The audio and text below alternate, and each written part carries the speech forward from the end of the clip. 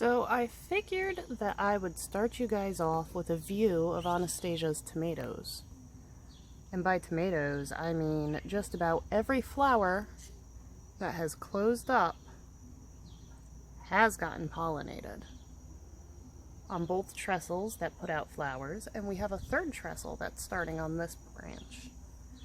But if we come down here to the one that she lopped the top off, it's finally starting to put out trestle flowers.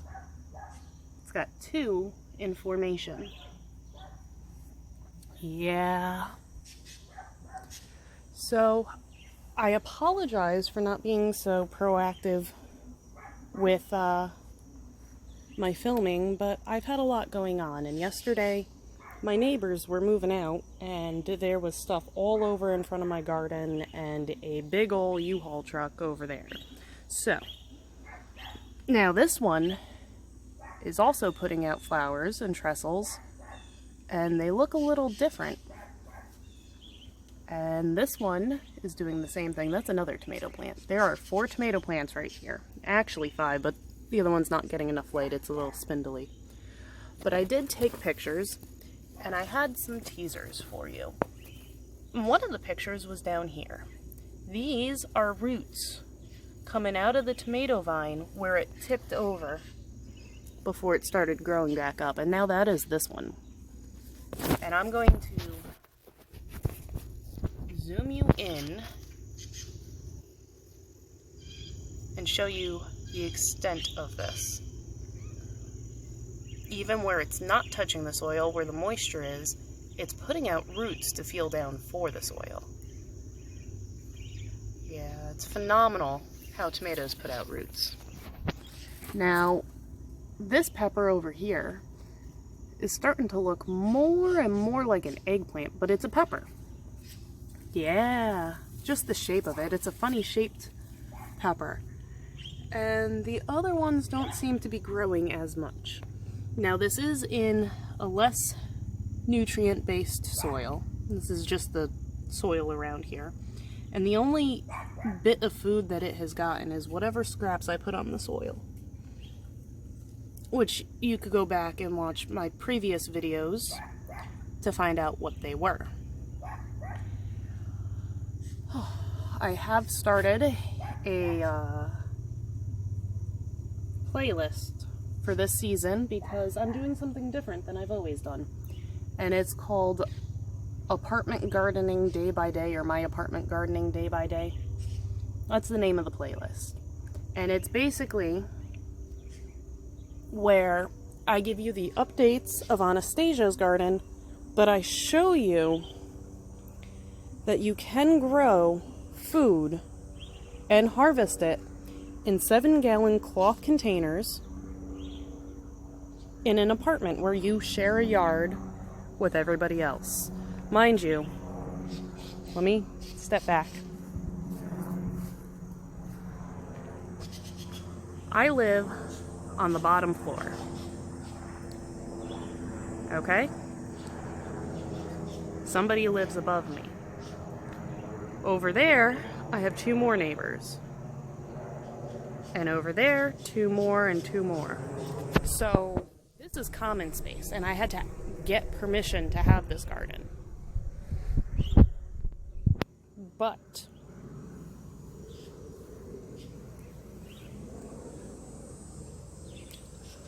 I was given the permission, and I'm showing you that it is possible.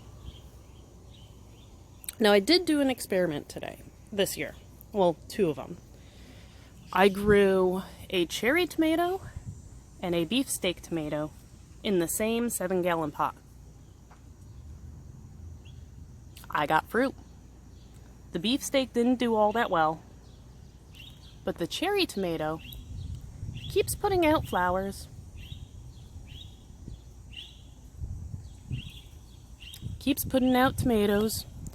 And the beefsteaks do have quite a bit more than I anticipated. But where they meet in the center, there's almost no flowers coming out. There's no tomatoes. So it is possible to grow your tomatoes in the same pot. However, you don't get as much production. So next year my tomatoes will be in separate pots. I did the same thing with my peppers. I grew a Cubanelle pepper and a bell pepper in the same pot. Now it took forever for the Cubanelle, I'm still zoomed in, I apologize. It took forever for the Cubanelle to put out its fruit, and the bell as well. I didn't get that many bell peppers off of it, but I did get some. And once the Cubanelle put out peppers, I got peppers as well. So when I prune these back and I take them inside, I am putting them in their own pot. And next year, I'm going to see if I get more production off of them. Now, there are different factors that I have to put into retrospect. The fact that the pepper plants weren't that mature when I planted them, and next year they're going to be more mature. I do expect them to put out more peppers next year, but if I get a continuous harvest off of them, I will definitely say that it is beneficial to have them in different pots. But I'm not getting fully accurate facts from my experiment.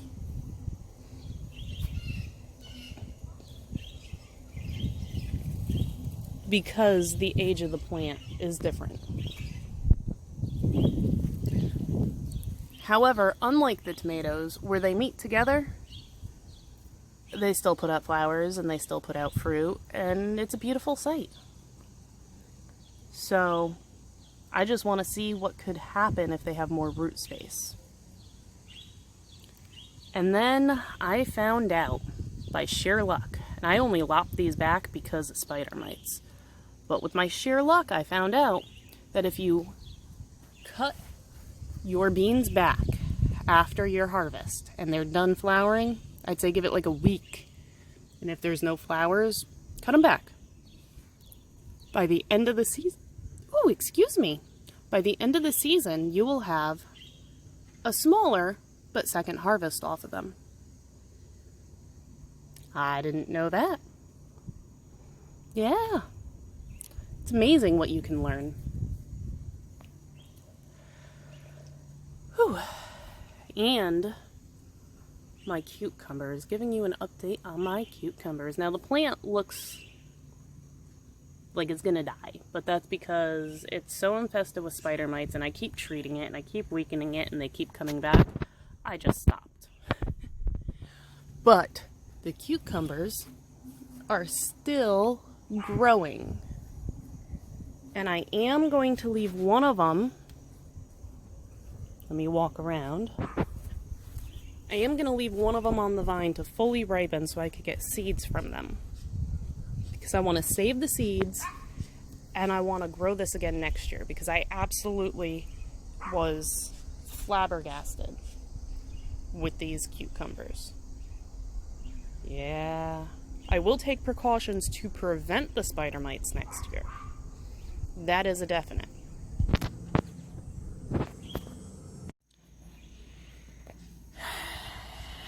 And the cherry on the cake is the beans that Anastasia picked as I was letting them dry in their pods on the plant, and she planted them.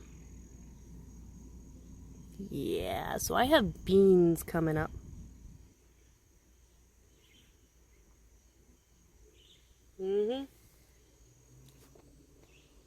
And my herbs have pretty much all gone to seed.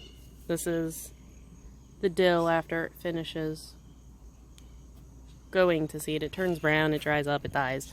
But the seeds, if I can focus, there's so much here. Nope, I can't focus. The seeds shrivel up and it'll reseed itself. And this is what it looks like before it shrivels up. And then the basil, and if I move this basil away, there's the cilantro. Yeah, cilantro reseed. And then I've got the mint, which doesn't need to go to seed because the roots will winter over, but yeah, it's there and over there. And there was some in here, but I think it got shaded out. I don't know where it went. Yeah, it definitely got shaded out. So, actually, it's right down there. It's itty bitty. But it's because it was shaded out by the tomatoes. So,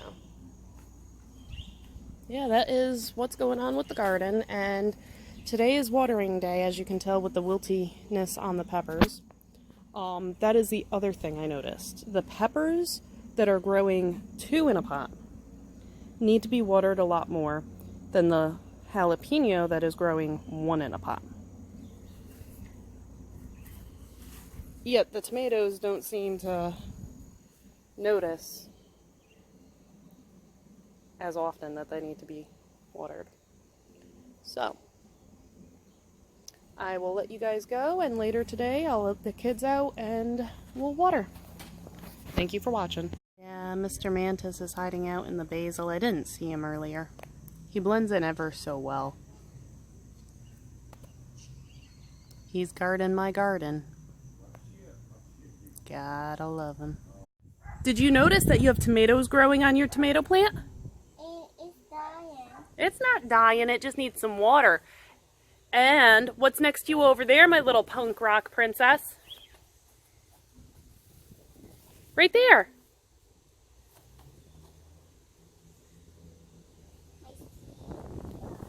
Your seeds are growing. Does that make you happy? You want to give them a little drink? Okay, let's give them a little drink.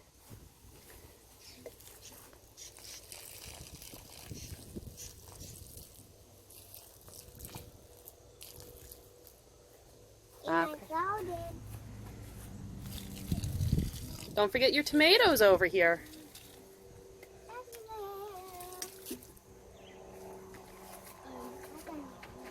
And your mint. Oh boy, does Ember want to get in on the watering? I know it's bright. I know.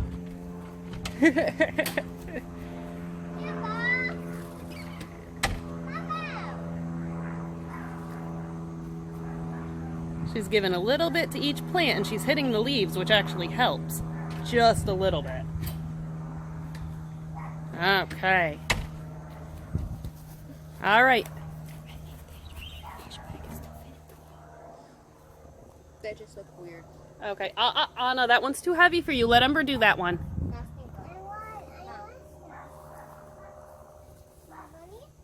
No, you can't watch that. So, Ember, start with the peppers because they need it the most. There. You gotta give those ones a bit more. You gotta like really give them a deep watering. And the tomatoes. And the cucumbers. So when you're watering your plants and you give them a deep watering, I did notice that with the cloth pots at the bottom, they start to come out. And you can see it dripping. So you don't flood your plants. But that's what you told me to do. Well, no, you flood the pot, but it comes out the bottom, so you're not getting Die? root rot. More like So, yeah. We do need probably some more water in the tomatoes, the beans, and the cucumbers because they didn't drip out the bottom. And Anastasia absolutely loves these radish greens, but you tell me they're radish, then you tell me they're not, then you're telling the viewers that they are. well, What are they? I don't know what they are. I'm calling them radish greens because they taste like radishes. They're some sort of leafy green goodness. And my skirt is a little And I don't make enough toss salads to use them for anything. So I could just sit here and eat them. So Yeah, the kids just sit here and eat them. And this is what the bottom looks like when you pull it out. You see there's no actual... Hold on, what's this? That might be some sort of parasite eating the roots. I'm gonna have to look that up. But there's no bulb, so I don't know what they are.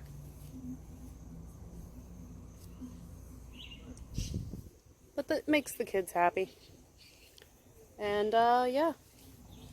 Thank you guys for watching. I apologize, the past few videos have been not so long and quick and short and not much explanation in them, but yeah. So I will keep you updated, even if it's a short video, because we're getting to the end of the season and there's a lot going on because we're trying to do the most outside that we can. Meow. Like hiking and a whole bunch of fun stuff, and Amber's not enjoying the sun all that much. I already got 2 tans. So, yeah. Amber's got a couple camping trips coming up, and I'm gonna be wearing this shirt almost the whole time. yeah, trying to do as much as we can before the cold weather comes in, so we'll see you guys later. I love cold. Like, subscribe, hit the bell. Yeah. Don't forget to share our videos. Bye! After closing out my video, I noticed a whole bunch of new growth on the cherry tomato plant. I wanted to show you right here. I'm right there. Got my iPod where I'm standing. Yeah.